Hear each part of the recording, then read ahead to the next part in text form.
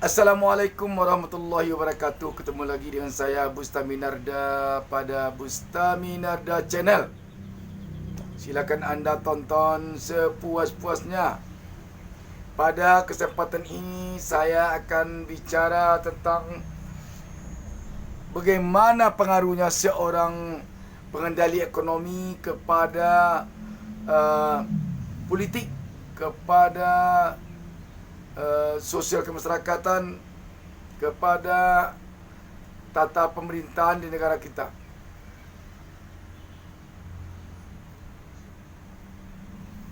Anda tahu kenapa orang kaya begitu diperhatikan orang?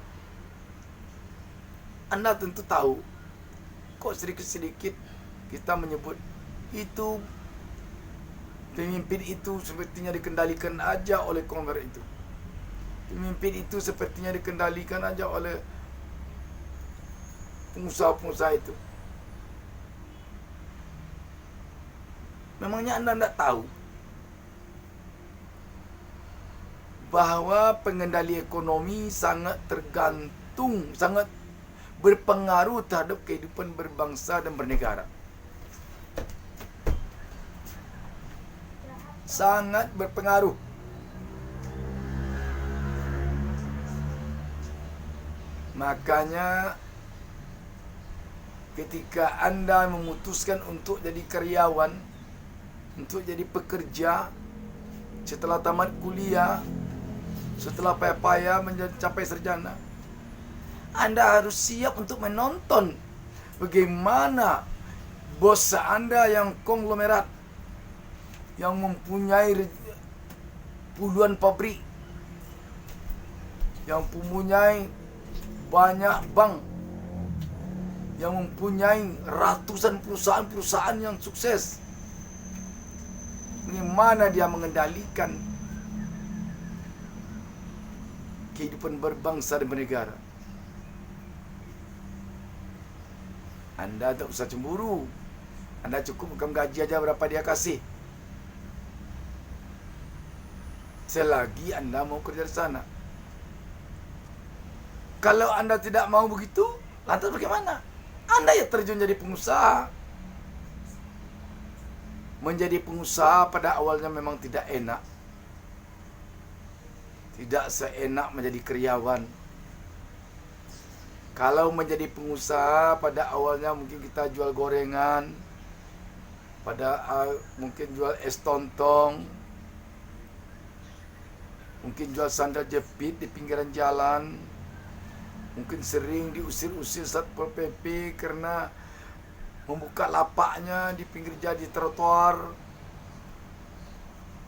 Tetapi ketahuilah, kalau Anda tabah, Anda akan bisa suatu saat nanti akan menjadi pengendali ekonomi dan sekaligus pengendali siapapun yang memimpin. Kenapa demikian? Sudah banyak bukti. Kecuali di negara kerajaan, asalkan di negara demokrasi, itu setiap pemimpinnya dipilih. Untuk bisa dipilih dia dicalonkan. Untuk mencalonkan diri atau dicalonkan orang itu punya biaya. Biaya kampanye, biaya pembuatan baliho, biaya pembuatan baju seragam, baju kaos, biaya pertemuan dan lain-lain. Saya tidak bilang biaya cokok. Saya tidak bilang biaya untuk kasih uang partai. Tapi biaya yang normal-normal saja itu biaya. Berapa sekarang biaya untuk jadi gubernur atau calon gubernur? Berapa sekarang biaya untuk jadi calon presiden? Tak bisa 10 lembar bajunya untuk calon presiden, baju kaosnya. Tak bisa 2 saja baliho untuk calon presiden. Tak bisa 10 lembar untuk baju kaos untuk atau stiker untuk calon gubernur. Tak bisa 1 saja beliau untuk calon bupati. Tak bisa. Banyak. Ribuan, jutaan, puluhan juta, ratusan juta. Punya biaya. Pertemuannya tak bisanya Zoom saja. Harus datang ke lapangan. Biaya. Kalau Anda tidak punya uang, Anda akan cari orang yang punya uang untuk membiayai pencalonan Anda.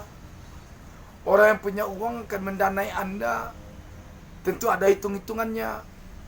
Kalau Anda jadi nanti bagaimana? Buat perda harus yang berpihak kepadanya.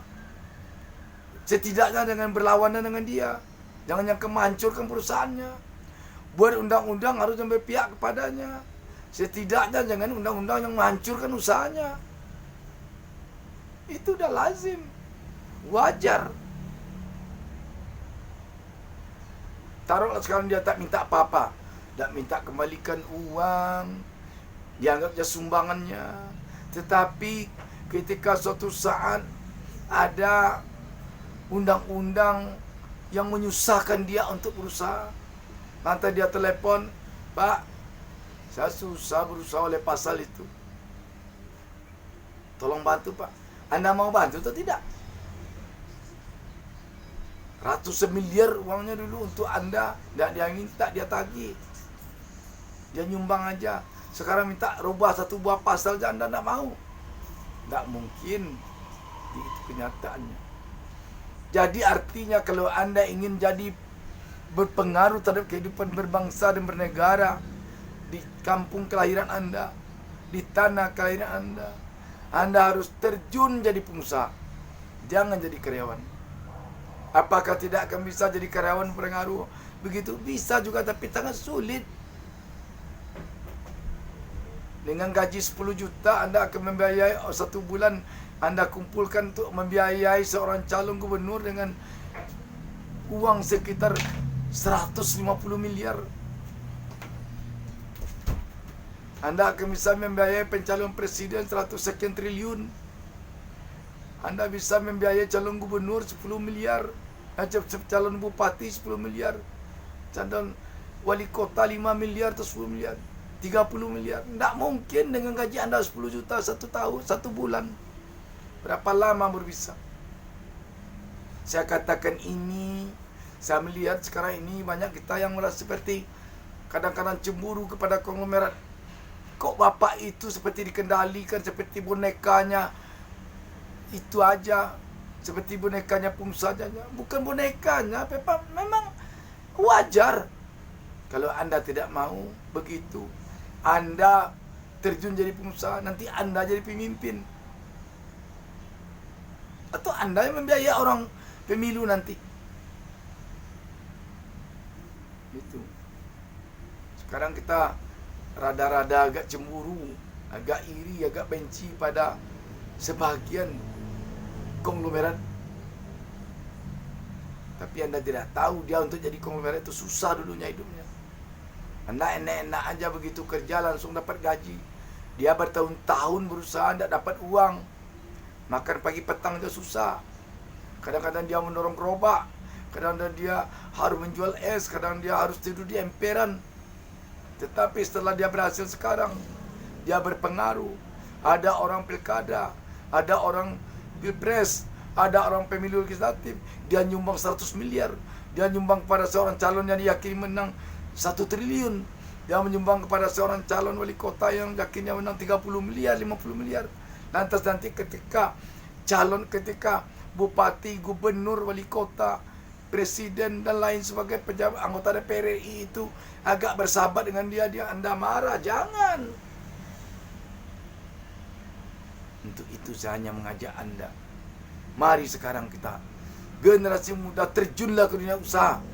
Hadapilah, awalilah hidup Anda dengan sulit. Jangan mau senangnya aja. Sekali lagi saya katakan, jangan mau senangnya aja. Mulailah hidup Anda dengan sulit. Mulailah. Supaya dunia ini berubah. Supaya wajah bangsa ini berubah ke depan. Supaya wajah negara Republik Indonesia ini berubah ke depan. Lebih banyak generasinya yang mau jadi pengusaha daripada banyak karyawan. Banyak orang kaya daripada orang miskin. Sekarang banyak orang miskin daripada orang kaya. Demikian saja. Wassalamualaikum warahmatullahi wabarakatuh.